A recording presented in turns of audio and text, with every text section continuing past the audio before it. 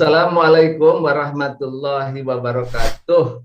Waalaikumsalam warahmatullahi wabarakatuh. Innal hamdalillah nahmaduhu wa nasta'inuhu wa nastaghfiruh wa na'udzu billahi min syururi anfusina wa min sayyiati a'malina.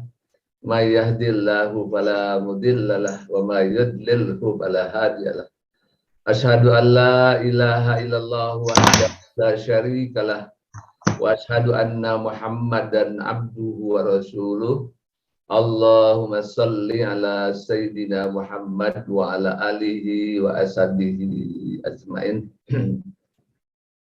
Yang saya muliakan Bapak Maswar, Bapak-bapak, ibu-ibu yang menjadi pengurus di Majelis Taklim, apa namanya Pak Maswar nih?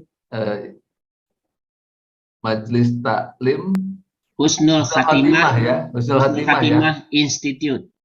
Oh, Husnul Khatimah Institute. Alhamdulillah Bapak-bapak, ibu-ibu yang dirahmati Allah. Kita gembira sekali pagi ini bersilaturahim bersama, di mana hampir sama kita rata-rata usia kita di sini. Ingin sekali betul-betul hidup itu berakhir dengan husnul khatimah. Amin. Dan ini menjadi harapan yang sangat kuat dan kokoh. Kalau dulu waktu kita masih kecil, masih anak-anak begitu, ada satu cita-cita harapan kita itu. Dan kita terus-menerus mengingatnya harapan dan cita-cita kita, entah mau jadi ini, mau jadi itu, mau jadi ini. Selalu kita teringat bahwa tujuan kita akan capai ke arah sini. Dan itu menguat terus. Yang ingin jadi dokter, terus spesialisasinya ke arah dokter. Yang ingin jadi tentara, pembawaannya ke arah tentara. Yang mau jadi selebriti, ada juga tuh. Yang mau jadi selebriti, dia ke arah selebriti dari kecil itu seperti itu. Nah kemudian setelah dia menjadi apa yang dia harapkan itu, di atas usia 50-an biasanya itu, nah kemudian mulai kehilangan fokus. Saya mau jadi apa ya gitu. Nah apalagi bagi orang-orang yang sudah punya apa namanya, yang sudah memiliki apa yang diharapkan itu ada semua. Ya mau ini sudah ada, cita-cita sudah tercapai dan sebagainya. Mulai kehilangan arah. Terus mau jadi apa ya nanti? Apa yang saya gandrungi? Apa yang saya tuju ini sekarang? Sementara kalau kita tuju keduniaan lagi, kok rasanya dunia sudah tahu lah kita. Jadi dunia itu kan pada awalnya kita melihat satu keindahan yang luar biasa. Dan kita menginginkan. Aduh, apapun juga yang kita harapkan, yang kita inginkan, yang kita perjuangkan benar-benar itu. Nah setelah sampai kita mendapatkannya, dan menikmatinya. Nah paling lama 1 tahun bosan dia, bosan dia. Kita udah merasakan itu, bosan dia. Mau kemewahan jenis apapun yang kita udah rasakan sampai kita juga bingung. Apalagi ya yang saya inginkan tuh. Apalagi ya ini sudah. Ini berkali-kali ini bosan. Tapi yang nggak pernah bosan kan punya istri, Pak ya. Ya. Sama istri kita kan nggak boleh bosan nih, Pak ya. Ya nggak boleh bosan itu. Kalau kita bosan marahin pasti. Ya. Nah, dan ini terus seperti itu. Nah akhirnya di penghujung usia ini udah nggak ada lagi lah. Kita ini mau apa yang kita tuju berupa keduniaan toh sudah kita dapat. Kalau belum kita dapat, udah nggak mungkin lagi kita dapat. Ya tentunya akhirnya kita harus membelokkan yang tadinya keduniaan kepada yang disebut dengan husnul khotimah dan surga. Kira-kira begitu. Ya karena itulah ini lahir ya dari kita semua orang-orang yang udah senior rata-rata cita-cita utamanya tuh husnul khotimah. Nah, jadilah kita ikatan ya kebersamaan kita sama-sama ingin husnul khotimah. Nah, kemudian ada lagi satu lagi setelah husnul khotimah mau apa di sana? Yaitu mau masuk surga kita. Mau masuk surga. Jadi husnul khotimah, nah kemudian berujung kepada surga. Nah terus kemudian kita pikir lagi surganya surga yang dicapainya seperti apa dan surga yang bagaimana? Oh kita minta yang tertinggi lagi tuh, yaitu surga tanpa hisab. Nah gitu. Ya kenapa? Karena memang Allah memberikan kesempatan. Ya Allah memberikan kesempatan kepada kita orang-orang yang beriman itu ya diberi kesempatan seluas-luasnya untuk bisa masuk surga tanpa hisab. Ya diberikan kesempatan seluas-luasnya untuk bisa masuk surga tanpa hisab dan jatah untuk itu ada.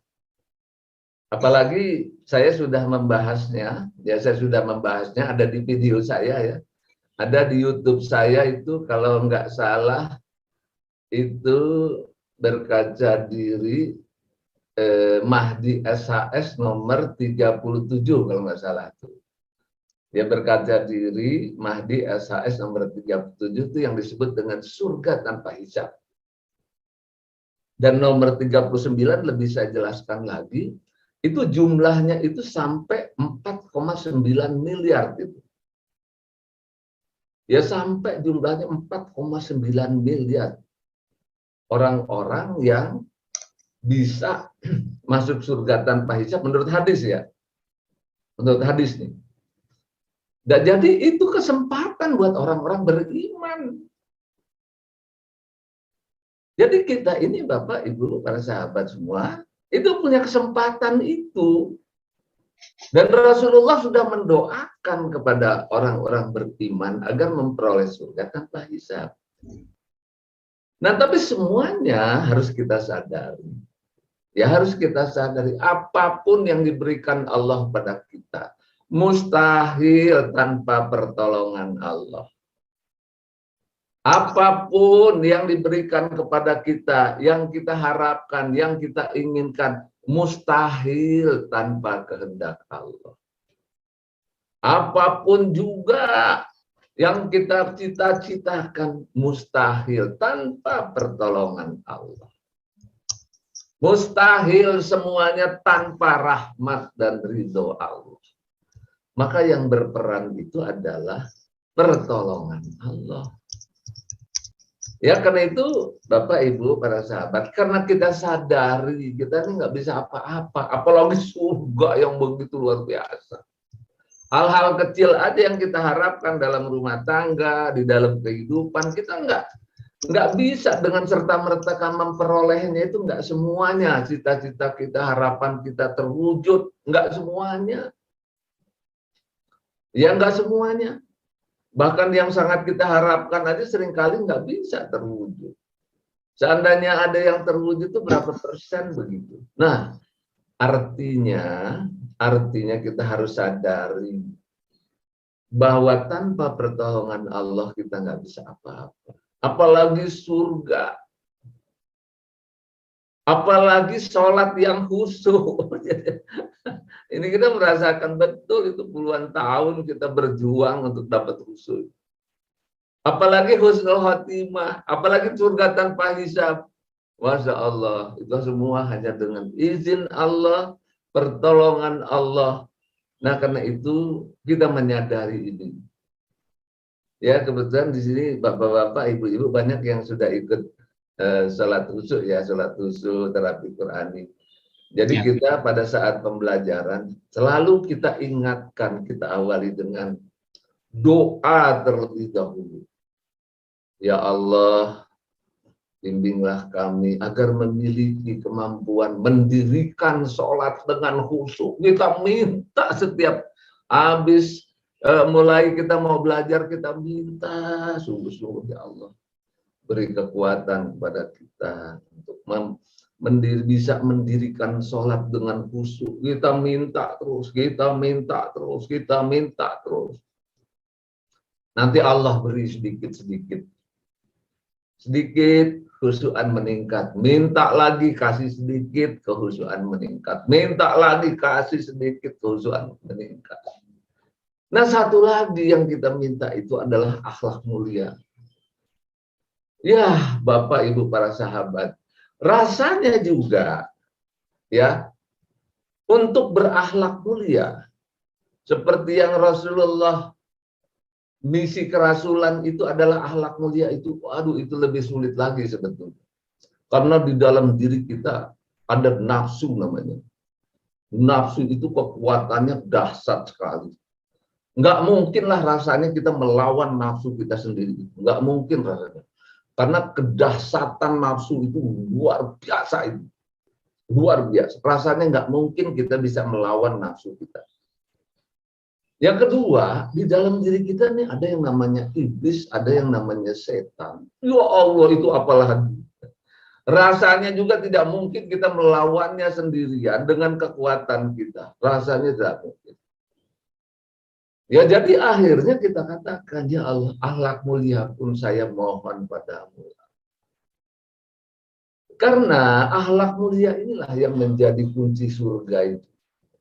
Apalagi surga tanpa hisab. Maka selalu kita minta, ya Allah, bimbinglah kami agar memiliki kemampuan mendirikan sholat dengan khusyuk dan berakhlak mulia.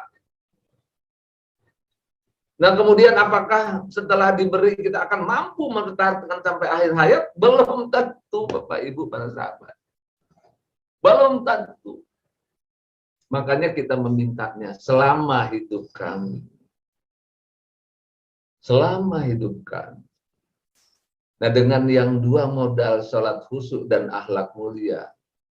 Nah itulah kita bisa memperoleh husnul khotimah.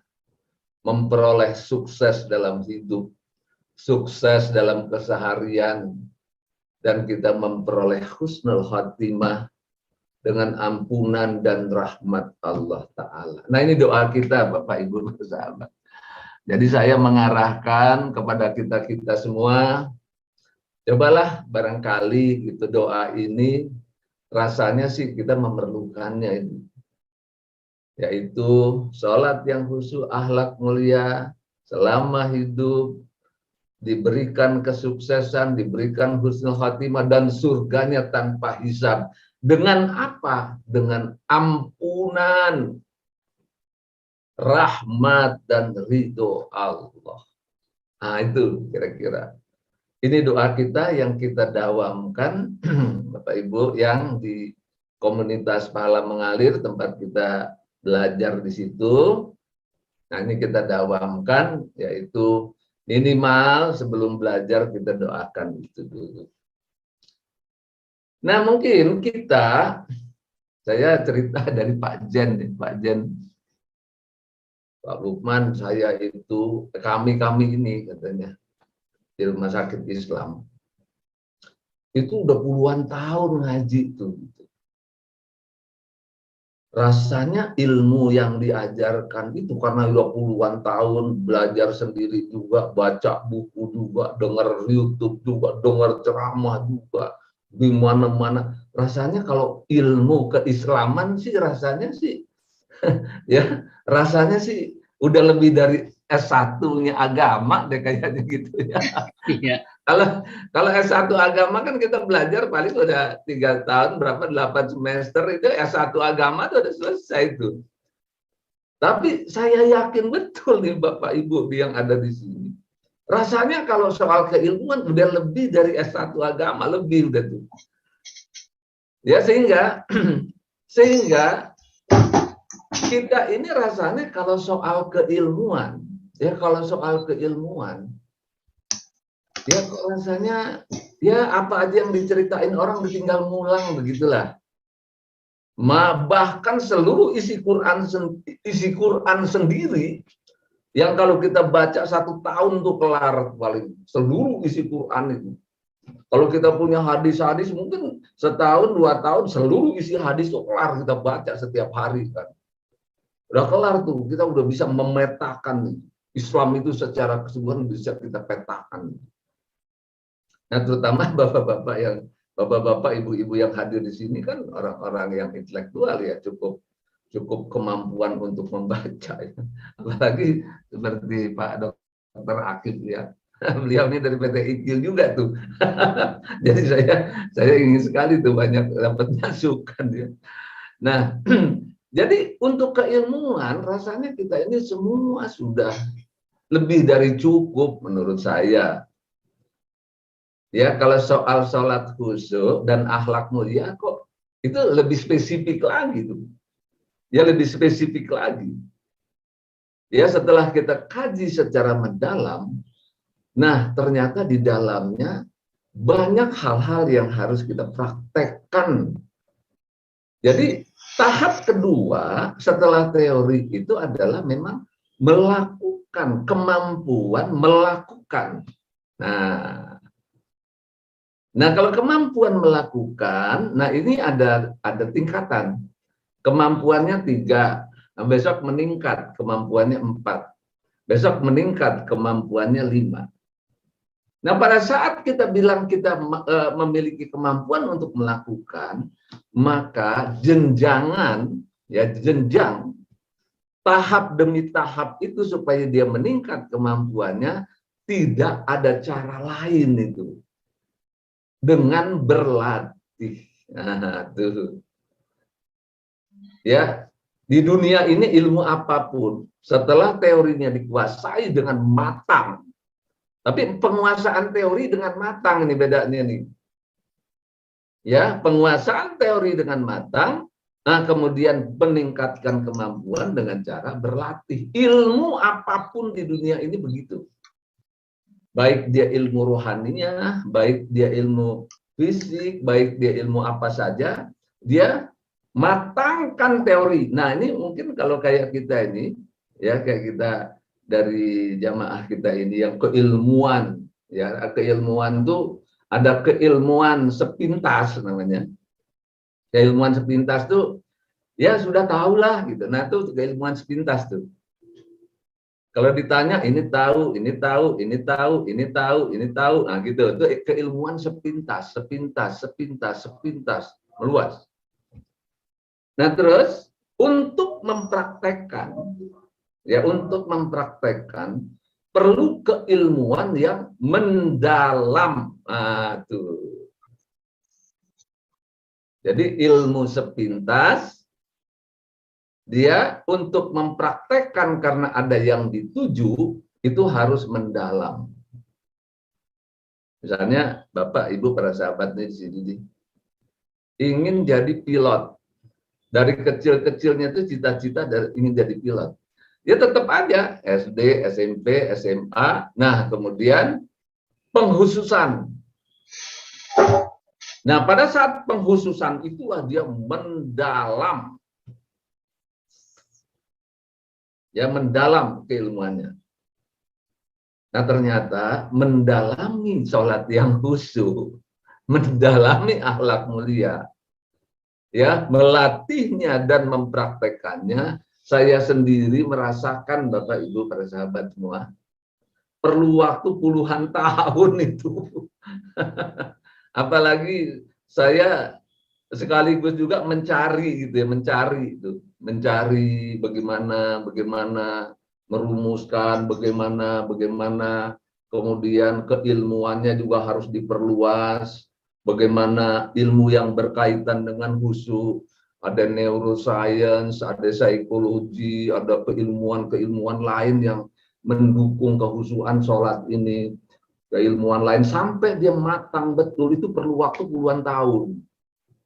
Karena harus dicari hubungan-hubungan satu sama lain dan dirasakan, dinikmati. Itu keilmuan yang mendalam. Itu perlu waktu puluhan tahun juga ternyata sholat khusyuk itu.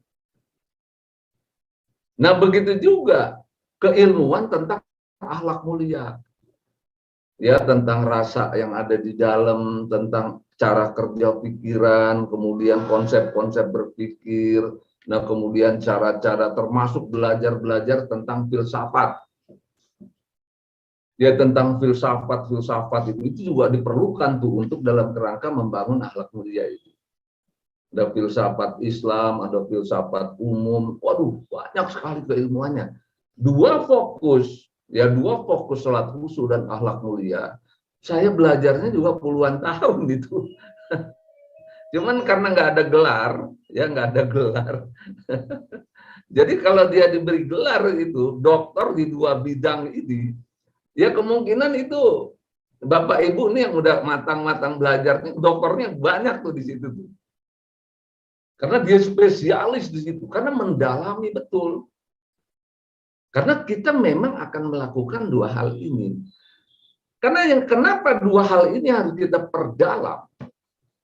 Karena memang kunci surga itu ada di dua ini. Kunci surga itu ada di dua ini. Sukses, husnul khotimah, dan surga tanpa hisab itu ada di dua ini. Salat yang khusyuk, mengenai salat. Yang pertama kali dihisab adalah salat. Salat adalah tiang agama. Tiangnya keropos, tiangnya runtuh, agamanya runtuh. Komposisi tiang harus dengan besi yang hebat, harus dengan semen yang kuat, batu-batu yang hebat, campuran yang luar biasa.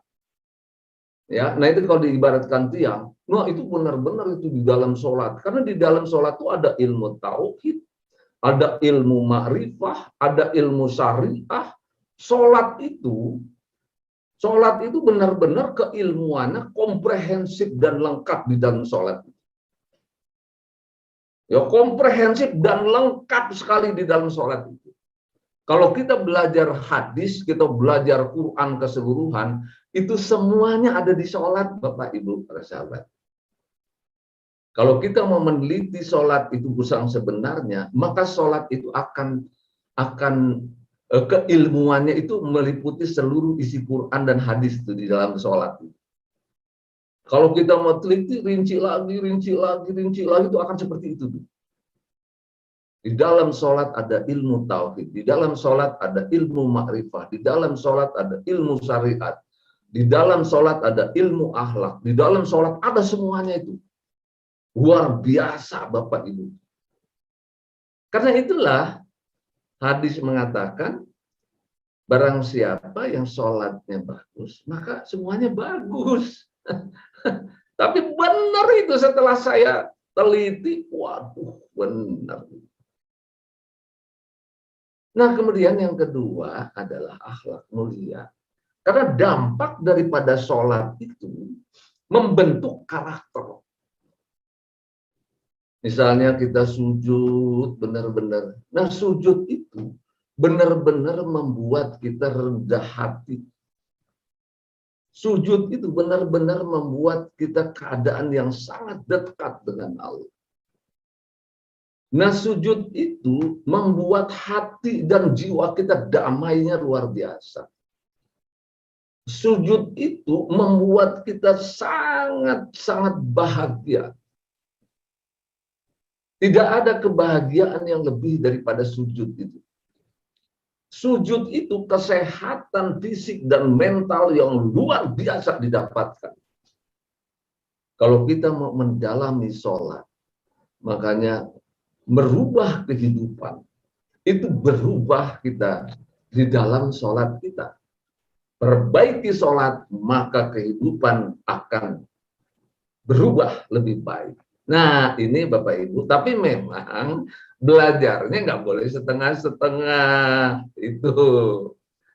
Ya, saya sampai 2 jilid buku itu. Ya, yang pertama sholat khusyuk metode 3T, yang kedua adalah berjumpa dengan Allah.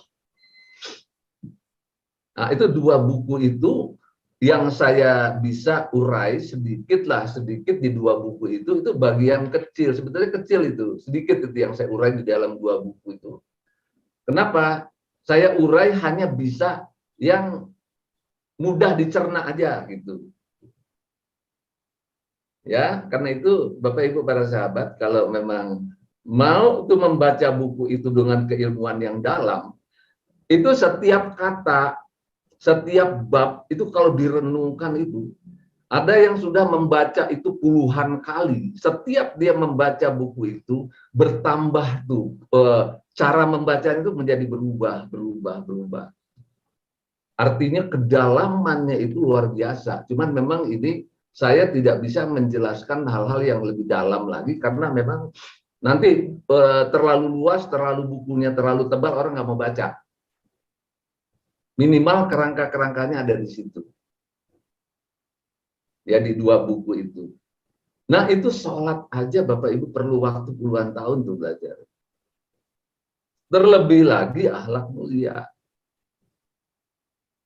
Ya, nah nanti di terapi Qurani juga luar biasa juga itu. Dalam juga ilmunya dan luas juga. Nah, ini udah spesialis. Ya, kalau misalnya kita masuk jurusan kedokteran. Nah, kemudian di kedokteran itu ada spesialis lagi, ada tambah, seperti itu. Jadi ilmu Allah di dalam dua bidang ini luar biasa besar, banyak sekali. Karena itu Bapak Ibu, para sahabat, karena kita memang ingin mendirikan sholat dengan khusyuk dan akhlak mulia, maka pendalaman terhadap keduanya memang memerlukan waktu yang sangat banyak di situ. Karena kita akan jadikan yang dua ini sebagai modal utama. Nah, kita menyebutnya prioritas utama untuk meraih sukses, husnul khotimah, dan surga. Nah, karena itu pada pagi ini saya ingin menambah lagi di bidang sholat khusyuk, ya. Memang kan nggak mungkin Bapak Ibu coba di kita ya di Zoom KPM itu, ya di Zoom KPM itu hanya membahas dua ini saja. Itu ilmunya nggak habis-habis. Ya, banyak profesor, doktor juga yang membahas itu terus-menerus. Ilmunya nggak habis-habis tuh, dua itu. Apalagi kita cuma sebulan sekali, ya sebulan sekali. Nah, karena itu saya ngambil yang penting-penting saja gitu. Kemudian karena Bapak Ibu sudah ikut berlatih juga, saya tambahkan sedikit lagi ya, karena Pak Mazbar kemarin minta yang terapi Qurani gitu ya. Saya pikir ini aja dulu nih, satu lagi ya, satu lagi. Nanti keilmuan lain bisa diikuti di Zoom. Zoom kita punya ada hampir setiap hari itu ada di jam 8 malam ya. Nah, untuk itu saya ingin mendalami secara khusus lagi tentang sholat khusyuk. Mudah-mudahan ini bisa mempermudah kita, ya, mempermudah kita dalam praktek kekhusyukan sholat. Nah, saya ingin gambarkan seperti ini, ya, saya ingin gambarkan seperti ini. Kita sholat, ya. Kalau kita bilang, sholat saya tidak khusyuk. Nah, ini fokus-fokus nih. Kita mesti belajar dengan fokus-fokus. Sholat saya tidak khusyuk nih. Atau sholat saya kurang khusyuk nih.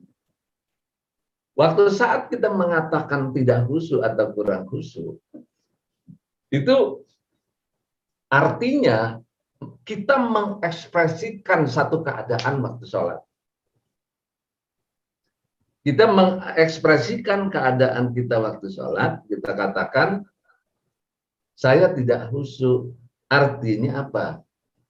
Pada saat kita katakan tidak khusyuk, pada saat sholat, pikiran kita kemana-mana. Ya, ini umumnya semua kita seperti itu. Lagi sholat Allahu Akbar, aduh pikiran kita ini. Susah sekali ngendaliin pikiran.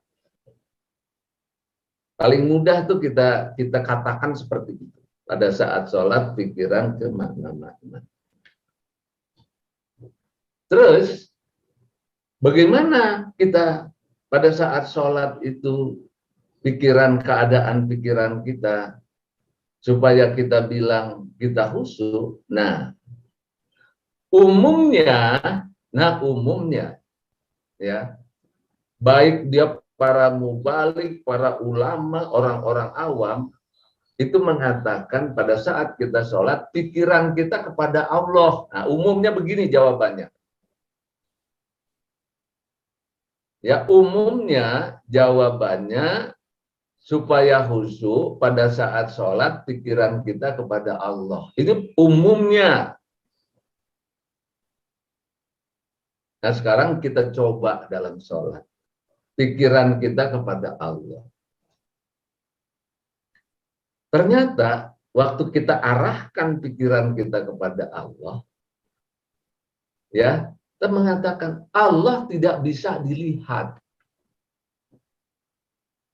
Allah tidak bisa didengar. Allah tidak bisa dibayangkan. Allah tidak bisa dirasakan. Allah tidak serupa apapun. Allah tidak sebanding apapun.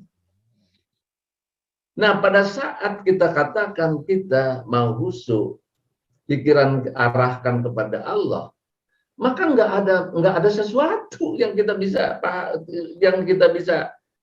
kalau kita bilang Allahnya di depan, salah tuh. Kalau kita bilang Allahnya di atas, pasti salah itu.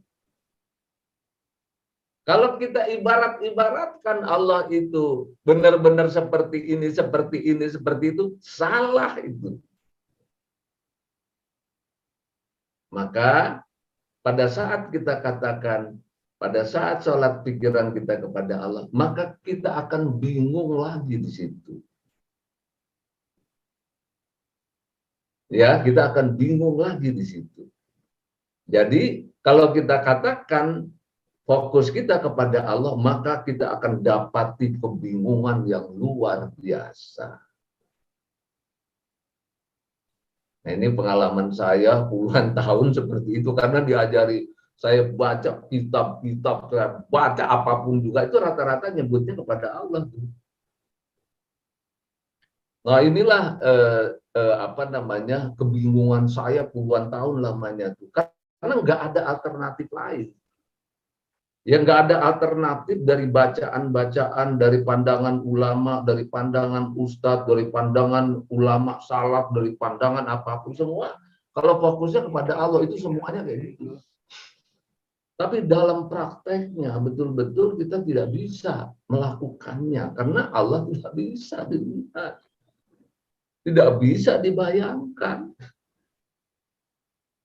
Nah, sehingga akhirnya kita harus belajar juga tuh ilmu tauhid lagi, ilmu ma'rifatullah lagi untuk itu.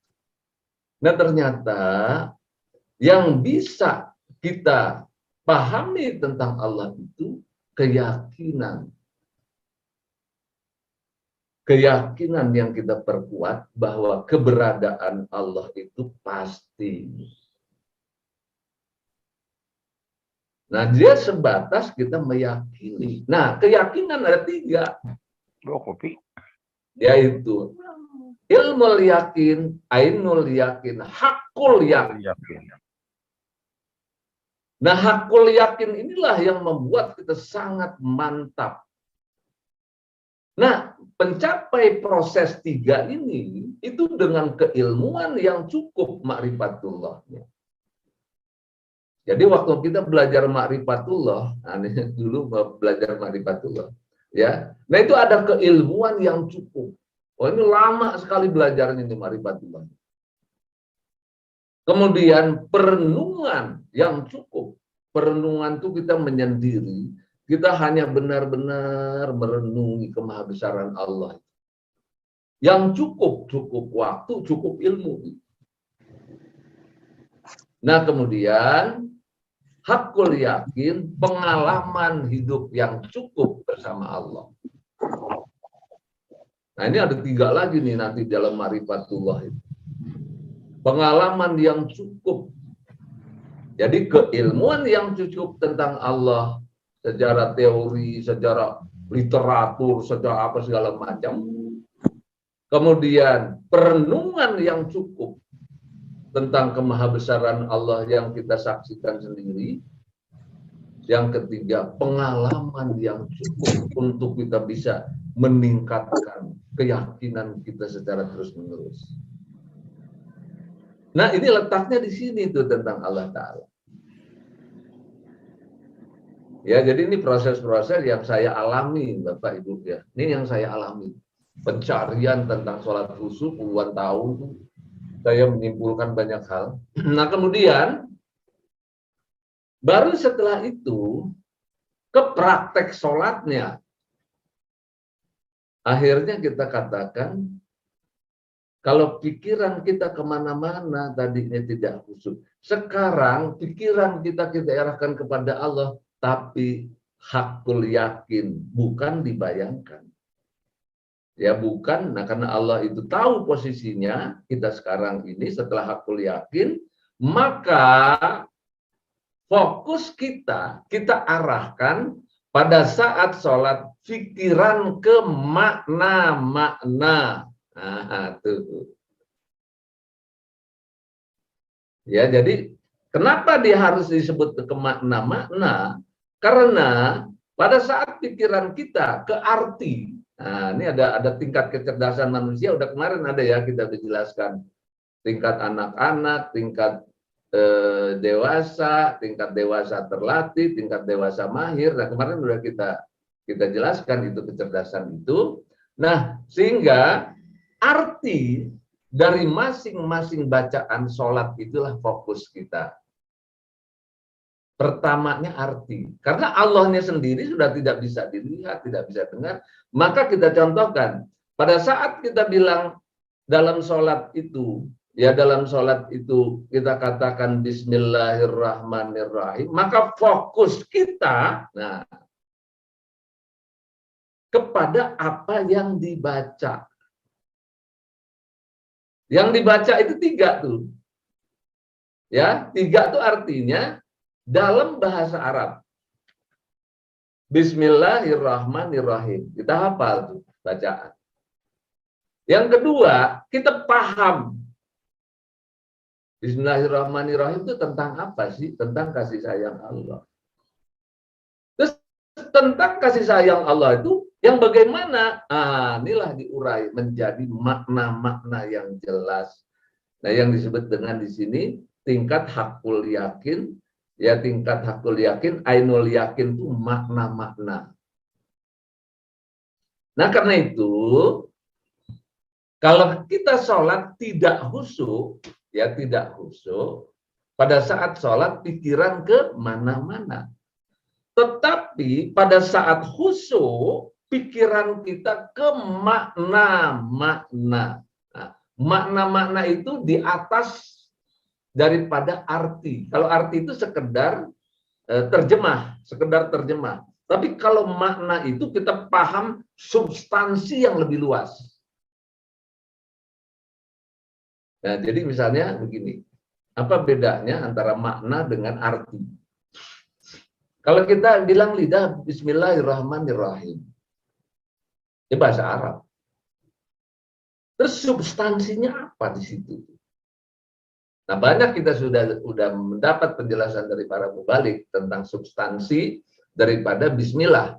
Nah, kita spesifik lagi, itu tentang kasih sayang Allah. Tentang kasih sayang Allah itu bagaimana sih? Di dalam kehidupan ini yang bagaimana itu?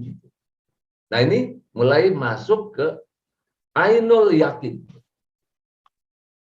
Ya, jadi ke ainul yakin. Jadi ilmu yakin itu sekedar arti atau tambahan penjelasan, tapi udah masuk ke makna-makna itu udah ainul yakin. Di sini harus ada pemahaman tafakur itu harus lebih dihayati, diperluas. Kasih sayang yang bagaimana? Nah, salah satunya kita sebut nikmat-nikmat Allah pada diri. Salah satunya ya. Nah, begitu kita urai nikmat-nikmat Allah pada diri dan kita katakan benar berdasarkan keyakinan, maka kita katakan benar ya Allah, Engkau menyayangi saya. nikmat-nikmatmu mengalir dalam diri saya tiada henti. Kita urai itu seluruh nikmat yang ada itu. Maka pada saat kita bicara Bismillahirrahmanirrahim, fokus kita adalah ke makna-makna bacaan sholat.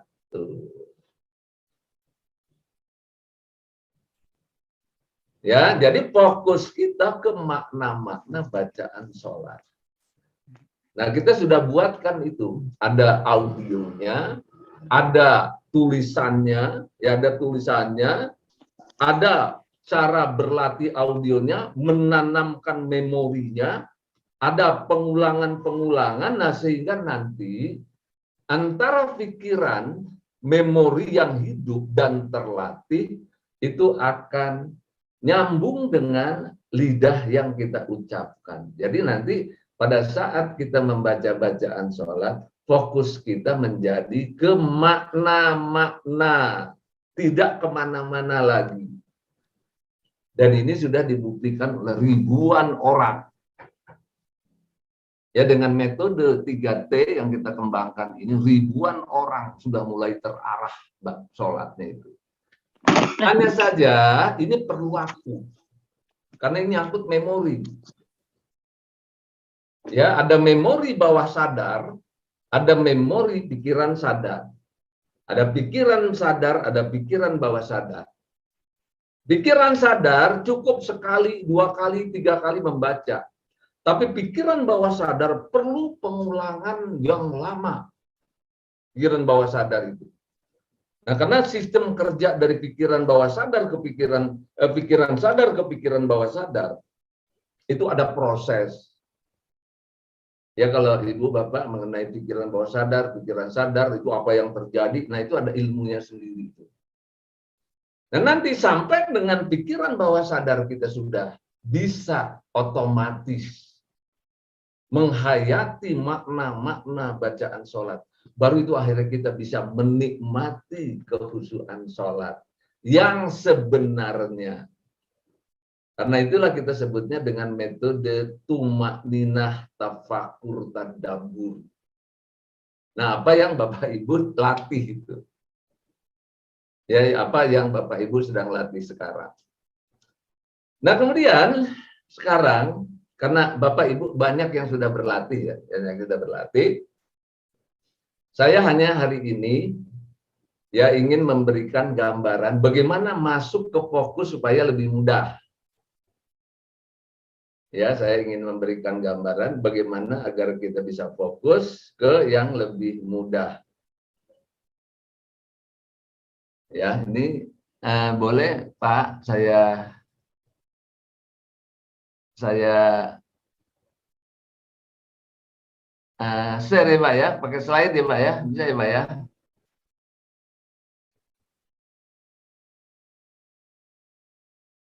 Host disable. Boleh nih saya jadikan co-host ya. Ya, makasih. Nah ini Bapak Ibu, para sahabat semua, kita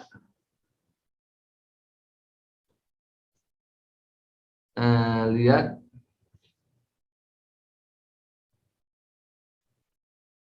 nah ini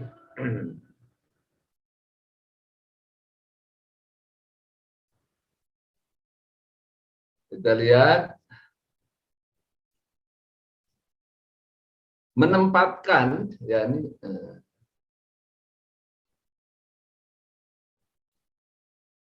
menempatkan fokus ya. Jadi tadi udah kita jelaskan kemana kita fokus. Ya, jadi fokus itu memang bukan fokus kepada Allah karena Allah tidak bisa dilihat, tidak bisa dengar. Jadi keyakinan itu kalau Allah Ta'ala. Tapi kalau soal fokus adalah fokus pikiran sadar dan pikiran bawah sadar. Nah ini kita lihat posisi berdiri. Ya, posisi berdiri. Jadi kalau pada saat posisi berdiri, nah tentu kita udah tahu itu apa sih yang kita baca. Ya, ada Allahu Akbar, Ya, kemudian ada di situ Al-Fatihah. Nah, kemudian Al-Fatihah ini terdirinci daripada makna-makna yang ada di Al-Fatihah itu. Jadi pada saat berdiri awal tuh banyak sekali tuh fokus kita. Jadi pada saat kita berdiri kita tahu, oh saya berdiri nih. Berarti, oh ini tentang Al-Fatihah itu ada tentang pemujaan kepada Allah. Kasih sayang Allah, kemuliaan Allah. Nah kemudian pada saat iyyaka na'budu itu kita mengagungkan Allah, kita mengikrarkan pengabdian kita kepada Allah dan pergantungan harapan kita kepada Allah. Terus di situ ada doa jalan yang lurus dan doa tentang akhlak mulia, dilindungi dari akhlak hina, kemudian ada bacaan Quran. Nah, pada saat berdiri awal itu ya kita ada namanya doa iftitah, itu pemuliaan mengagungkan Allah. Jadi pada saat kita berdiri, nah, kita tuh sudah punya beberapa fokus sebetulnya. Ya, jadi dari makna-makna itu kita sudah bisa tahu. Jadi pikiran kita itu memori-memori yang diarahkan oleh bacaan sholat itu kita ngumpulkan kembali.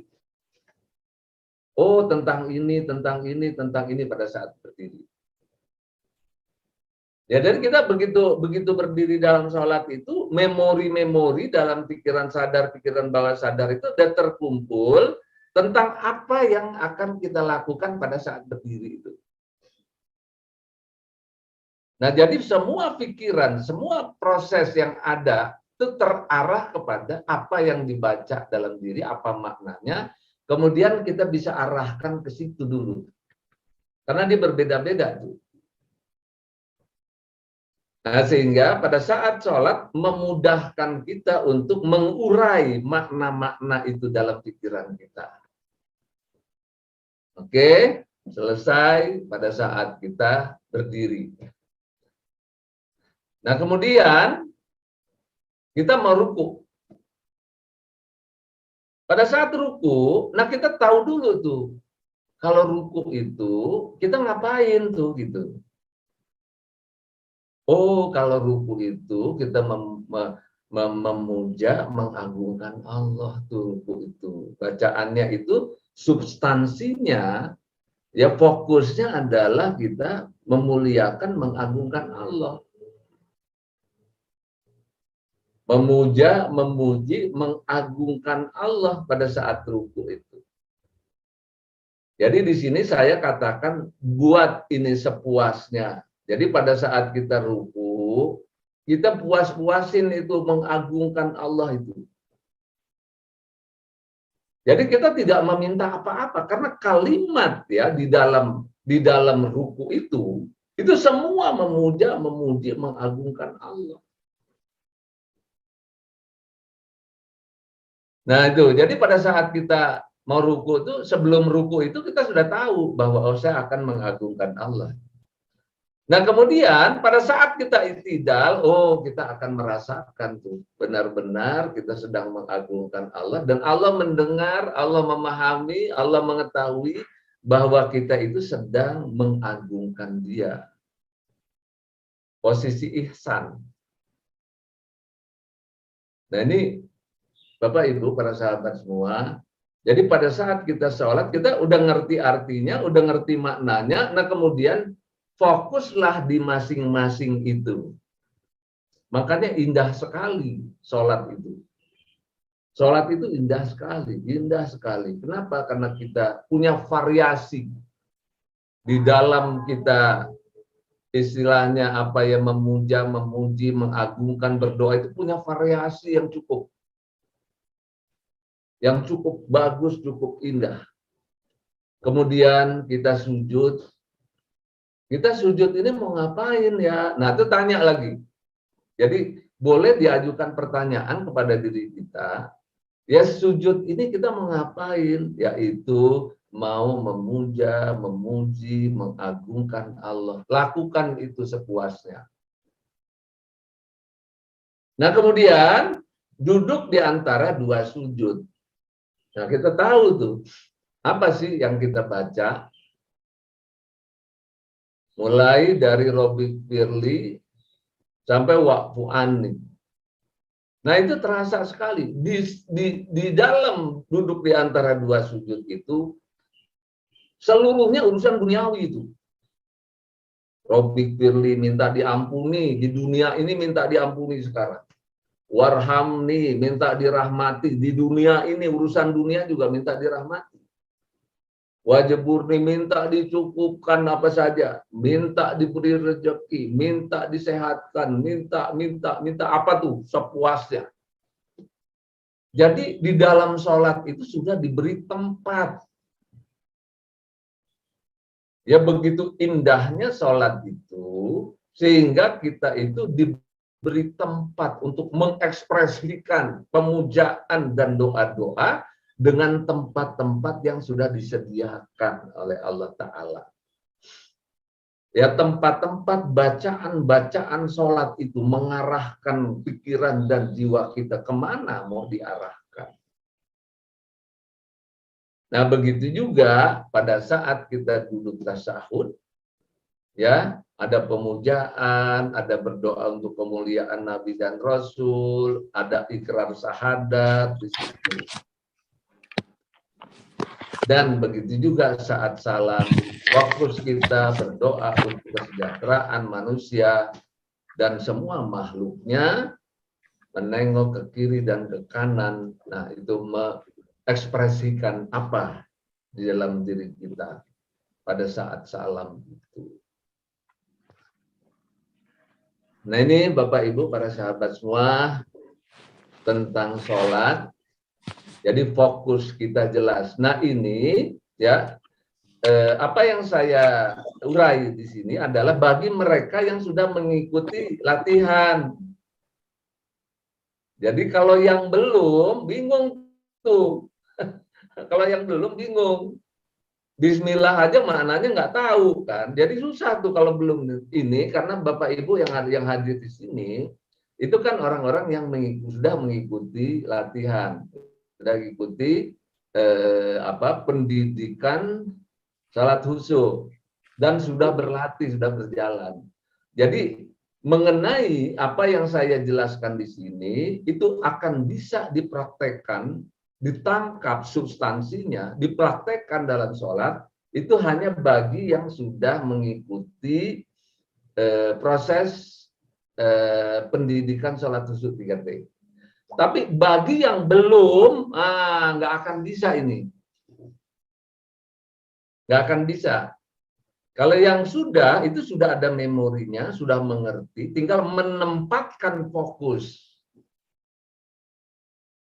Ya, menempatkan fokus. Tapi kalau yang belum ada memorinya, dia nggak akan bisa. Bebusah-busah kita cerita tentang sholat khusyuk, bagi yang belum ada memorinya di dalam dirinya, belum berlatih, itu tidak akan pernah bisa. Sia-sia nih, cerita ini, ya cerita yang ini kepada orang yang belum ada memorinya, belum berlatih, ini sia-sia nih. Ceramah seperti ini tidak akan bisa. Nggak ada manfaatnya, hanya sekedar didengar saja gitu. Paling itu begitu, paling begitu. Tapi bagi Bapak Ibu para sahabat yang sudah mengikuti pendidikannya, ini bisa diterapkan karena udah ada memorinya. Ya Bapak Ibu para sahabat, ini dulu dari saya. Mudah-mudahan bermanfaat. Khusus karena Bapak Ibu para sahabat sudah mungkin semua kali ya ikut berlatih dan sekarang tinggal menerapkan, dan cerita saya ini adalah memudahkan kita untuk menerapkan dalam sholat kita. Lebih kurangnya saya mohon maaf, saya akhiri. Assalamualaikum warahmatullahi wabarakatuh. Waalaikumsalam warahmatullahi wabarakatuh. Alhamdulillah, terima kasih banyak Ustadz. Masya Allah, luar biasa. Baik, Bapak Ibu sekalian, kalau ada yang mau bertanya, saya coba dulu. Yang dari chat ada satu nih, kelihatan dari Bu Martim. Assalamualaikum Ustadz, izin bertanya, mohon maaf, ada dua pertanyaan. Satu, apa saja yang dimaksud dengan akhlak mulia, rinciannya? Dua, pengertian masuk surga tanpa hisab. Bukankah semua manusia harus melalui hisab, timbangan dosa dan pahalanya dulu sebelum masuk ke dalam surga. Terima kasih Ustaz. Silakan. Ya, baik. Akhlak mulia, nah, ini mungkin yang sudah ngerti Pak Maswar. Nanti dikirimin ya Pak Maswar ya, yang bertanya ini. Nah, ini ada 60 karakter akhlak mulia itu yang harus kita bangun. Nah, ini ibu-ibu ya. Ibu, ini kita lihat ini di gambar saya, di samping saya, sebelah, kalau dilihat apa sebelah kanan atau sebelah kiri ya. Sebelah kanan kalau ibu melihat ke gambar itu sebelah kanan. Ya, ini ada akhlak mulia namanya. Itu seluruhnya itu isinya akhlak mulia. Itu 60 karakter Ibu. Nah, yang sebelahnya, poster yang sebelah ini itu terdiri dari akhlak hina dan akhlak mulia. 60 karakter akhlak hina, 60 karakter akhlak mulia. Ini ada posternya Ibu. Nah, jadi nanti Ibu untuk mengerti akhlak mulia seperti apa, akhlak mulia, akhlak hina seperti apa.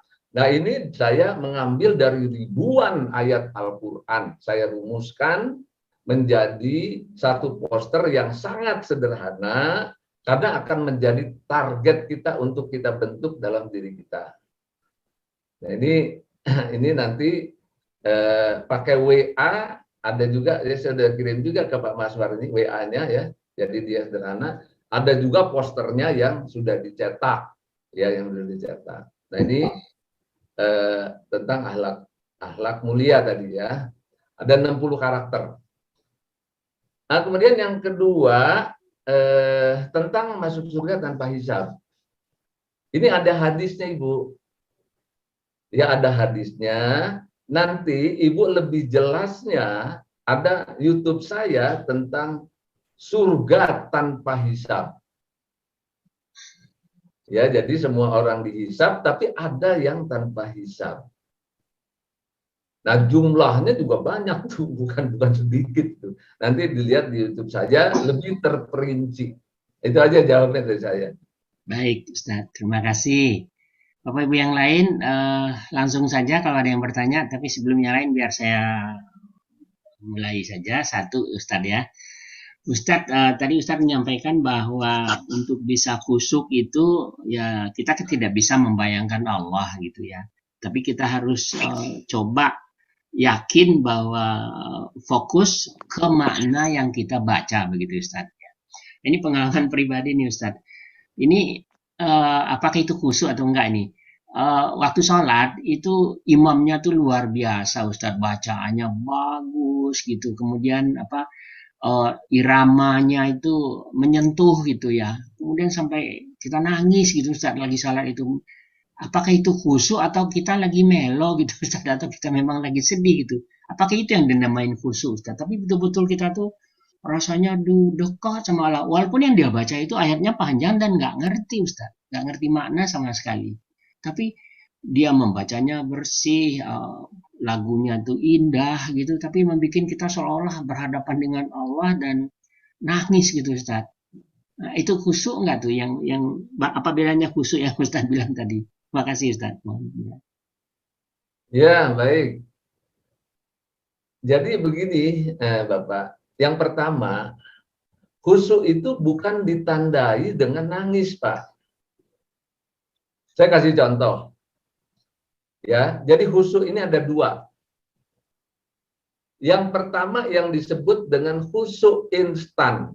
Nah, ini nanti di buku saya ada instan itu ada 4, Pak. Jadi khusyuk juga namanya, kata orang itu khusyuk. Ya, khusyuk instan namanya. Instan itu ada 4 macam tuh, Pak. Instan, khusyuk instan terpaksa, khusyuk instan rekayasa, khusyuk instan memaksa diri, khusyuk instan menduga-duga. Jadi kita bilang khusyuk, apakah saya begini khusyuk? Nah, kita menduga-duga Pak tuh. Jadi ada begini.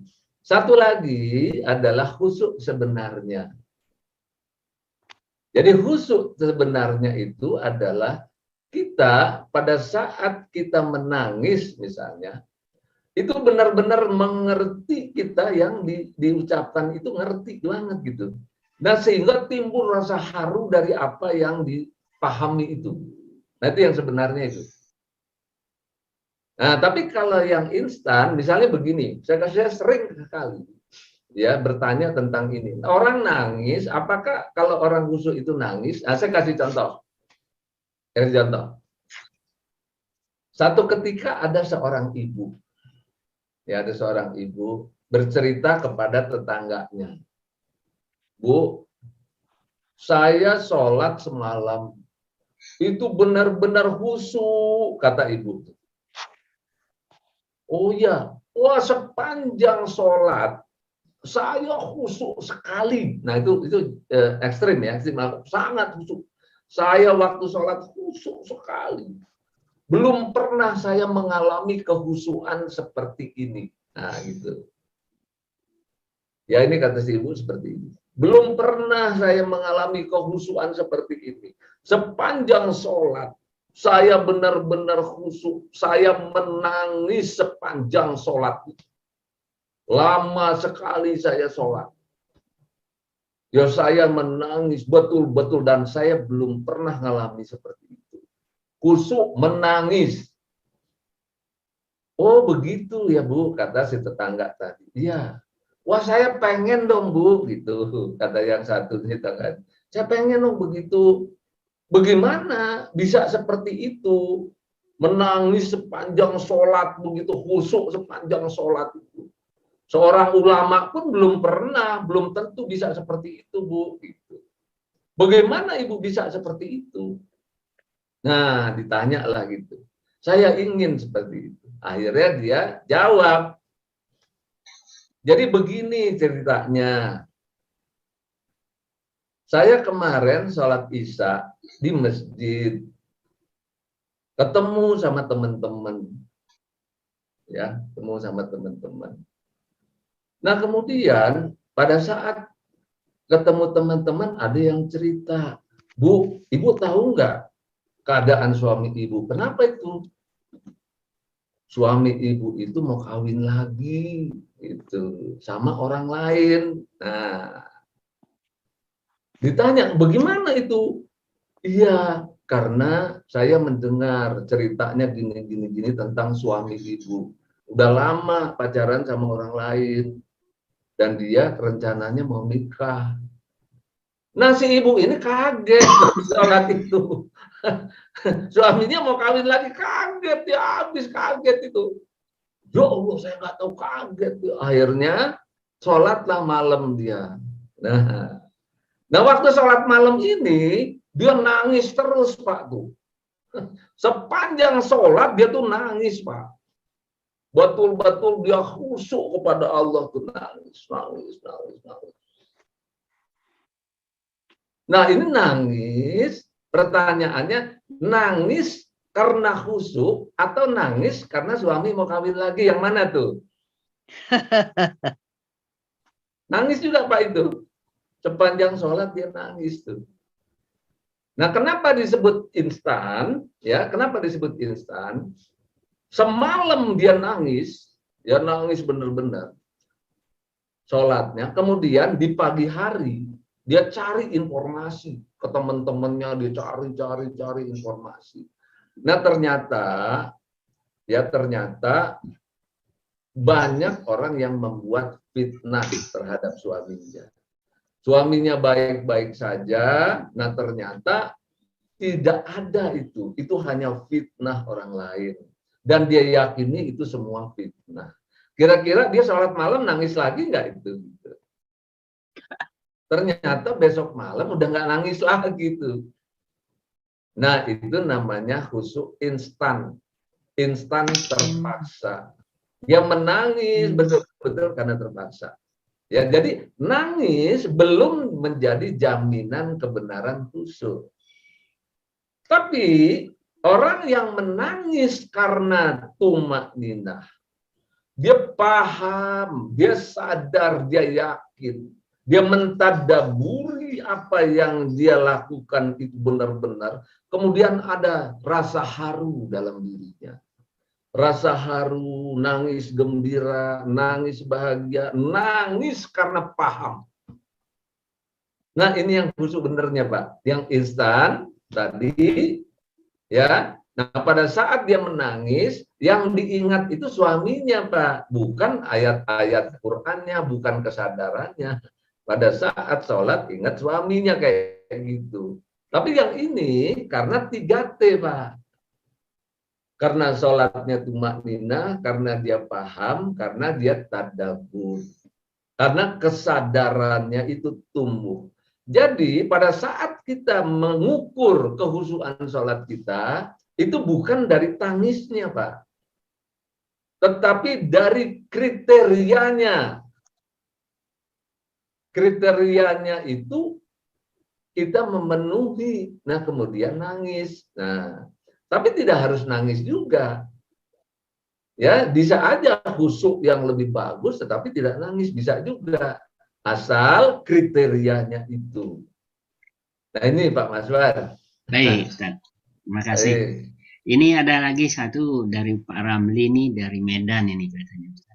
Ustaz, kalau kita cermati bacaan dalam sholat, khususnya bacaan antara dua sujud, di situ kita berdoa meminta hal duniawi lah. Jadi haruskah kita berdoa lagi setelah sholat gitu, Ustaz? Oh iya, baik. Terima kasih. Haruskah kita berdoa lagi setelah sholat, padahal kita bisa sepuasnya waktu duduk di antara dua sujud. Nah, itu kan sifatnya terserah kita masing-masing. Setelah sholat kita berdoa, boleh. Setelah sholat kita tidak berdoa juga boleh. Nah, itu tergantung. Tapi kalau kita dalam sholat sudah merasa puas, ya waktu di luar sholat, ya kita banyak-banyak beristighfar, banyak-banyak memuji-muji Allah, kan biasa aja seperti itu. Karena hakikat doa itu bukan hanya meminta. Doa itu memuja, memuji, mengagungkan Allah juga doa namanya. Mengingat Allah juga doa namanya. Ya, itu jawab dari saya, Pak. Baik, Ustaz, terima kasih. Ini ada lagi nih dari Bu Elvia. Apakah salat khusyuk 3T yang kita pelajari ini bisa kita rasakan di setiap salat kita, Ustaz? Ya, baik. Nah, saya katakan tadi, kalau khusyuknya instan, ya, seperti tadi ibunya nangis karena suaminya menikah lagi, itu tidak bisa dirasakan setiap sholat tuh. Pada saat itu saja, kemudian begitu hilang. Tetapi kalau 3T bisa dirasakan setiap saat waktu sholat, bisa. Cuman kadar yang berbeda. Ya, ada yang 10% bisanya, ada yang 20% bisanya, ada yang 30%. Jadi kadar yang berbeda. Tetapi dia sudah menjadi format induk di dalam jiwa dan bisa selalu dipakai, bisa selalu dirasakan. Ya, cuman berapa persennya aja itu. Karena kita berhadapan dengan kondisi jiwa, keadaan, pikiran, sebagainya. Tapi selalu bisa, cuman berapa persen tergantung keadaan masing-masing. Ya, itu dari saya. Baik, Ibu Mumun silakan, udah ngangkat tangan. Di-unmute dulu ya, Bu Mumun. Ya, Assalamualaikum warahmatullahi wabarakatuh. Terima kasih Pak Mas. Ini peserta senior, Bu. Udah selalu semuanya, Pak Akib. Ya, Bu. Puji syukur sama Allah bisa bertemu dengan Pak Lukman yang luar biasa ini, yang telah memberikan pencerahan buat kita semua. Mudah-mudahan Bapak sehat selalu sampai akhir hayat dan bisa berbagi buat banyak umat. Amin ya Rabbal alamin. Yang ini walaupun saya udah belajar lama ini, tapi tetap aja masih saja kurang terus gitu dalam pemahaman ini. Yang akan saya tanyakan Pak Ustadz adalah itu masalah niat. Segala sesuatu adalah innamal a'malu binniyat, dimulai dengan niat. Niat itu adalah kata hati yang kita hadapkan, kita panjatkan ke hadirat Allah. Tapi kalau sekiranya kita tidak mempunyai bekal terhadap apa yang akan kita niatkan itu, tentu nanti bisa saja melenceng dari yang sesungguhnya yang seperti Bapak jelaskan tadi.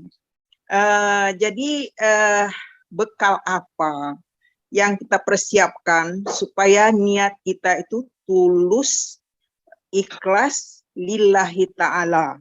Sebab kalau selama ini kita belajar siapa yang nggak sholat nanti masuk neraka, atau kita sholat mencari pahala yang lebih banyak atau beribadah segala macam, itu kan seolah-olah melenceng dari yang sesungguhnya. Apakah kita niat sholat itu untuk itu atau yang sesungguhnya bagaimana? Jadi butuh ilmu. Jadi ilmunya itu didapatkan dari mana gitu Pak Ustadz, supaya sinkron antara niat yang sesungguhnya sehingga kita bisa khusyuk dengan niat kebanyakan orang atau niat yang kita lakukan selama ini. Itu aja, mohon lebih jelasnya lagi, rinci lagi penempatan mendudukkan suatu masalah terhadap masalah lainnya. Mudah-mudahan kita tetap istiqomah, khusyuk di dalam sholat. Wabillahi taufiq wal hidayah. Wassalamualaikum warahmatullahi wabarakatuh. Waalaikumsalam. Silakan Ustaz. Ya baik, terima kasih Ibu Mumun. Ibu Mumun udah cukup lama ya senior ya. Iya, udah lebih setahun Pak, setahun, tapi masih saja kurang terus nih Pak. Jadi Makanya gini nanya Bu, tuh. kalau Ibu tanya, Ibu baru 1 tahun. Saya itu rasanya belajar sholat khusyuk itu 46 tahun Ibu. Jadi saya belajar sholat khusyuk 46 tahun. Masya Allah, ya, Masya Allah. Itu pun masih kurang Ibu rasanya. Iya. Makin digali makin dalam dia Pak. Nah, itu. Bahkan terakhir ini saya belajar kehusuan sholat itu ada beberapa ibu yang istiqomah yang 2 tahun belajar. Kemudian dia itu bisa menikmati manfaat-manfaat yang luar biasa. Yang saya pelajaran ini dia itu dengan istiqomahnya seperti itu ada 2 orang itu, yang satu bapak-bapak, yang satu ibu-ibu. Nah terus akhirnya saya yang membuat audio, saya yang membuat seluruhnya itu, dan saya juga berlatih sendiri. Tapi rupanya saya belajar lagi ke beliau ini, 2 orang jamaah saya. Dia bercerita tentang apa yang dia lakukan, istiqomahnya itu. Jadi dia mendengarkan audio itu setiap hari. Ada 3 orang saya belajar itu. Jadi ternyata dampak audio itu luar biasa itu, kesempurnaannya itu. Jadi kalau kita setelah kita memahami maknanya, saya biasanya saya biasanya tanpa audio, saya melakukan berlatih tanpa audio. Nah tetapi dia bilang, Pak, saya dengan audio dan tanpa audio, saya jauh lebih bagus rasanya dengan audio. Kenapa? Karena di dalam audio itu kan saya sudah atur itu. Tekniknya dari awal, waktunya, intonasinya, segala macam tuh. Karena waktu saya buat audio itu, saya dengan penjiwaan yang dalam. Penjiwaan yang dalam, penghayatan yang dalam, makna yang dalam. Saya merekam diri saya sendiri begitu. Tapi saat itu kondisi jiwa saya sedang maksimal begitu, maka saya rekam ya. Nah ternyata pada saat praktek saya sendiri tanpa audio, rupanya tidak sesempurna itu. Nah akhirnya saya sekarang ini pada saat saya latihan Al-Fatihah, latihan terapi Quran, itu saya menggunakan audio lagi itu. Jadi audio suara saya sendiri. Jadi saya menikmati betul tuh. Nah, jadi saya belajar lagi ke jamaah yang mempraktekkan dengan audio dan tanpa audio. Nah, saya membanding lagi tuh apa yang mereka rasakan. Saya coba lagi. Jadi sekarang ini, Bu, saya udah belajar 46 tahun, Ibu ya. Nah, kemudian saya sekarang belajar lagi dengan audio yang saya buat sendiri, Ibu. Nah, coba ada itu bisa seperti itu gitu. Ya, jadi kekurangan kita itu akan selalu kita cari. Nah, jadi bukan mencari kelebihan, Ibu. Jadi saya walaupun sudah lama saya belajar, saya selalu mencari kekurangan saya dalam sholat. Dan saya bersyukur seberapapun yang saya dapat. Tentu sudah dipastikan itu turun naiknya. Kadang dapat 10%, 20%, kadang 100%, kadang 70%. Dia begitu aja terus tuh. Nah, sehingga saya harus mencari lagi selahnya di dalam diri saya. Karena rumusannya sudah ketemu. Jadi belajarnya memang sampai akhir hayat, Ibu. Nah, ini ya, niat Ustaz. Ini yang pertama ya. Yang pertama Ibu ya. Nah, kesempurnaan itu saya juga masih begitu. Yang kedua, niat. Jadi kalau kita takut neraka terus kita sholat itu bukan kesalahan, Ibu. Memang alamiah manusia seperti itu. Bukan juga penyimpangan, bukan juga ya. Cuman kualitas. Ya, kualitas. Jadi kesadaran tentang ketuhanan belum tumbuh. Nah, karena itu ya di pelajaran kita, setelah tingkat 3 Ibu, semua wajib belajar ma'rifatullah. Atau ada 26 video ya itu harus didengarkan itu. Nah, itu dalam rangka itu tadi yang Ibu bilang. Ya, meningkatkan kualitasnya Ibu. Meluruskan niat sehingga kita benar di dalam beribadah dengan tingkat kemurnian yang lebih tinggi. Nah, itu. Ya, kesadaran kehambaan kita kepada Allah Ta'ala itu didorong atau dimotivasi atau didahului atau dimotivasi begitulah oleh sebuah pemahaman yang lebih tinggi derajatnya. Jadi kita sudah tidak lagi ya dimotivasi oleh masalah keduniaan. Tidak lagi dimotivasi oleh surga, tidak lagi dimotivasi oleh apa-apa. Tetapi kesadaran kita ya tentang manusia sebagai hamba Tuhan. Manusia sebagai makhluk yang betul-betul banyak memperoleh nikmat Allah. Kesadaran kita untuk mengabdikan diri, menghambakan diri setulus-tulusnya kepada Allah. Karena kita sadar siapa kita, siapa Tuhan kita. Dia hanya itu tuh. Nah, ini Ibu, itu soal kualitas ya. Nah, tentu kalau kita sudah sampai di kualitas seperti ini, bukan berarti pahalanya tidak diharap, tetap. Kalau pahala itu kan dari Allah dikasih. Semua orang yang melakukan kebaikan dapat pahala otomatis. Tetapi berbeda pada saat orang sangat mengenal Tuhannya. Nah, itu soal kualitas, soal kedekatan, soal kemurnian, soal kesadaran, ya soal keilmuan. Nah, itu. Nah, karena itu saya menyadari kita harus terus-menerus meningkatkan kualitas, Ibu, sehingga di pendidikan kita tuh pendidikan yang berkesinambungan, bertahap, Ibu. Nah, setelah tingkat 3, saya mewajibkan itu kepada jamaah untuk dia mendengarkan tentang ma'rifatullah. Nah, jadi niat atau kata Ibu niat tadi atau motivasi itu harus dibarengi dengan keilmuan dan di pendidikan kita itu memang sudah tersedia itu untuk kita semua Ibu. Ya, itu dari saya. Baik Ustadz, ini saya nyambung sedikit. Itu yang belajar ma'rifatullah itu Ustadz bilang setelah tingkat 3. Kalau kami ini kan sekarang masih terapi Al-Quran ini Ustadz. Setelah terapi Al-Quran ini apalagi Pak? Apa langsung ke ma'rifatullah atau apa lagi Ustadz? Ya, ini Ibu Mumun udah ikut ma'rifatullah Ibu? Buka Ibu ya. Bu Mumun Udah bisa belum ikut? dibuka, di unmute dulu Bu Mumun. Udah, Unmute. ya, assalamualaikum. Udah Pak Mas.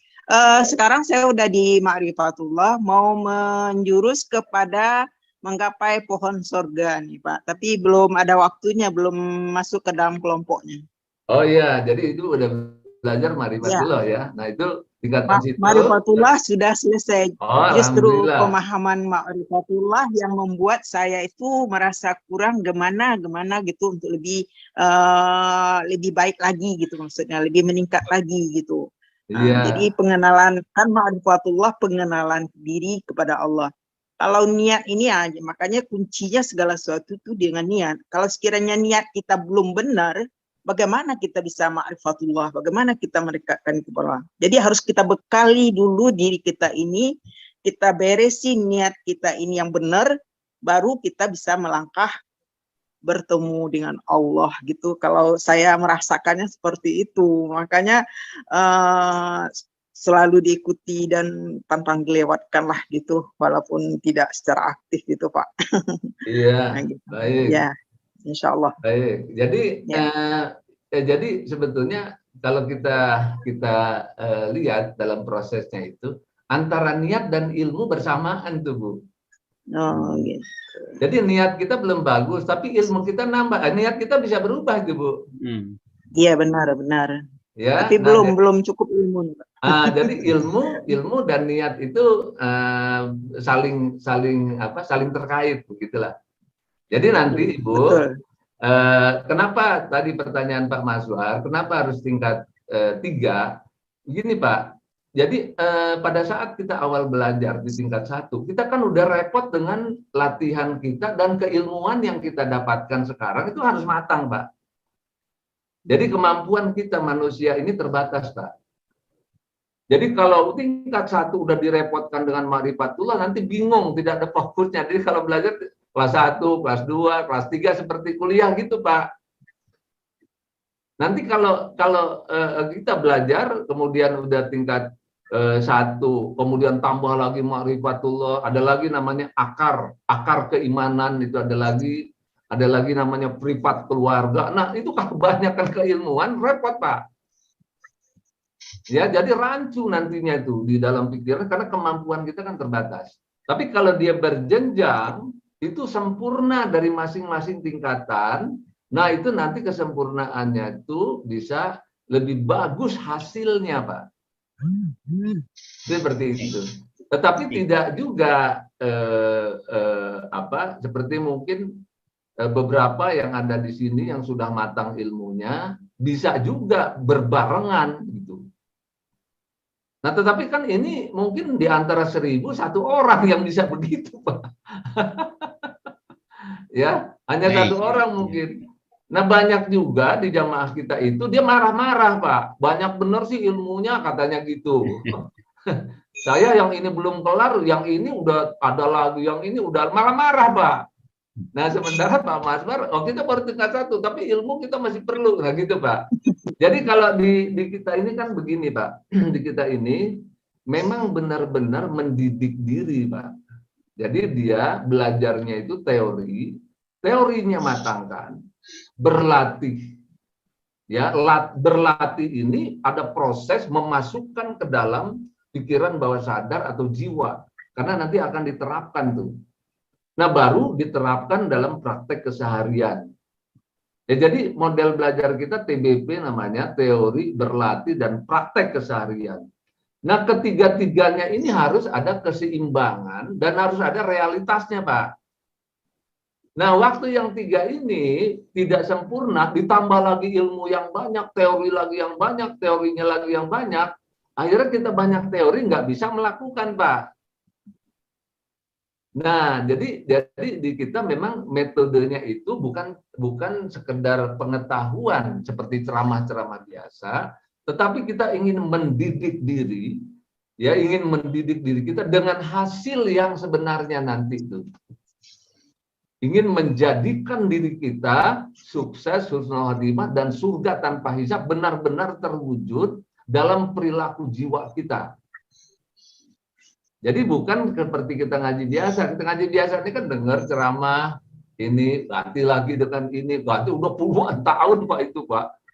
Ya udah letaknya juga kita juga nggak tahu dalam konsep berpikir kita Islam itu seperti apa, tapi keilmuan kita banyak. Terus nggak tahu apa yang dilakukan duluan Pak.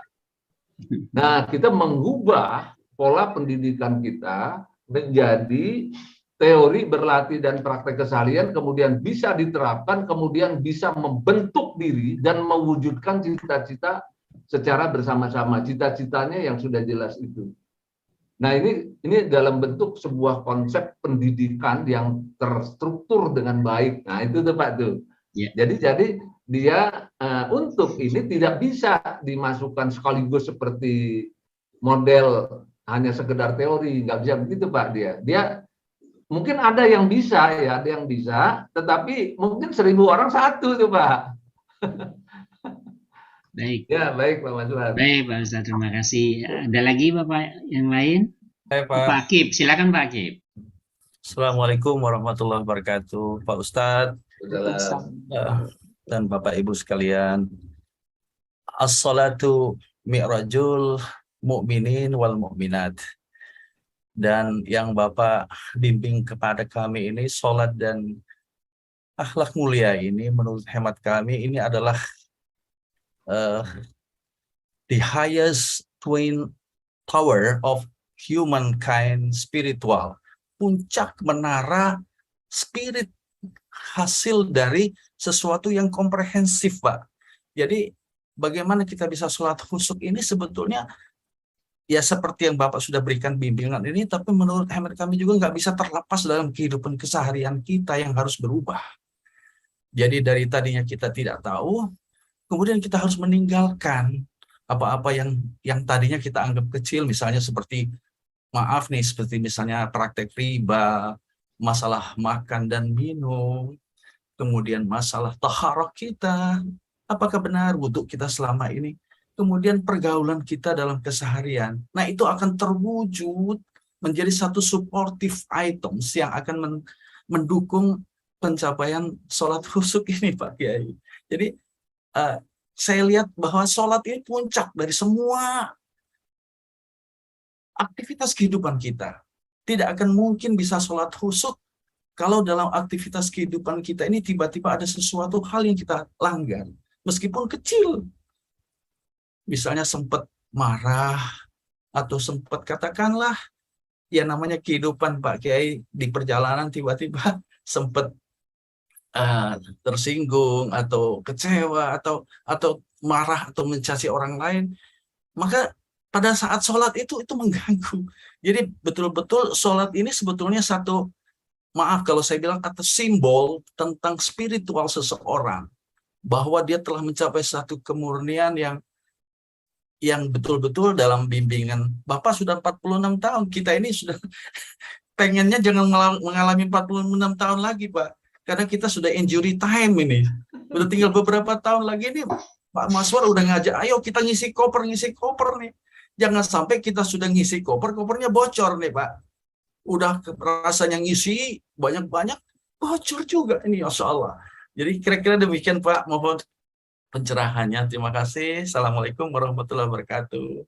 Assalamualaikum. Ya, terima kasih Pak.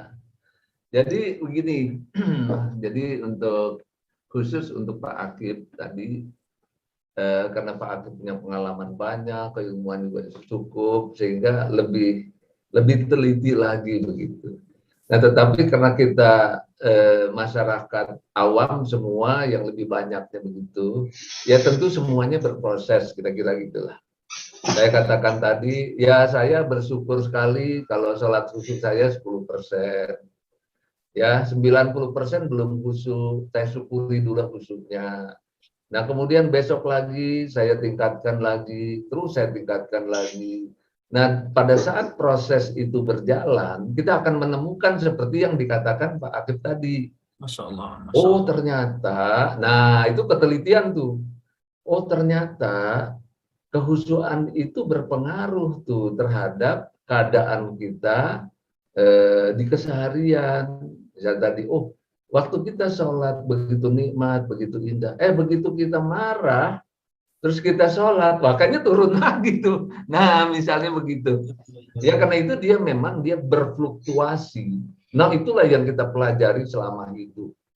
Nah, semakin dia hati-hati, ya, nah itu yang disebut takwa itu kehati-hatian. Oh, ternyata kalau begini ini begini ya. Oh, kalau perilaku saya gini mengurangi kehusuan saya. Nah, di samping makna-makna yang kita udah latih, tetapi ternyata masih ada sesuatu yang mempengaruhi kehusuan sholat. Nah, itu babnya mempengaruhi kehusuan sholat. Nah, bahkan mungkin di dalam wudhu ternyata bisa juga waktu kita wudhu kita lebih bagus, ternyata sholat kehusuan kita juga lebih bagus. Misalnya, keilmuan, begitu keilmuan kita bertambah, ternyata kehusuan kita juga lebih bagus. Tapi begitu ada maksiat ada di batin sedikit, ternyata kita bisa turun tuh. Nah, misalnya begitu. Iya. Nah, mengapa saya gabungkan antara akhlak mulia dengan salat khusyuk 3T?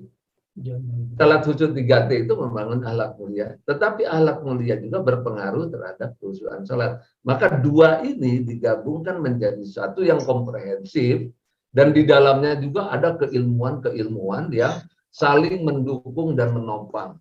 Jadi semua itu berjalan sesuai dengan proses kehidupan.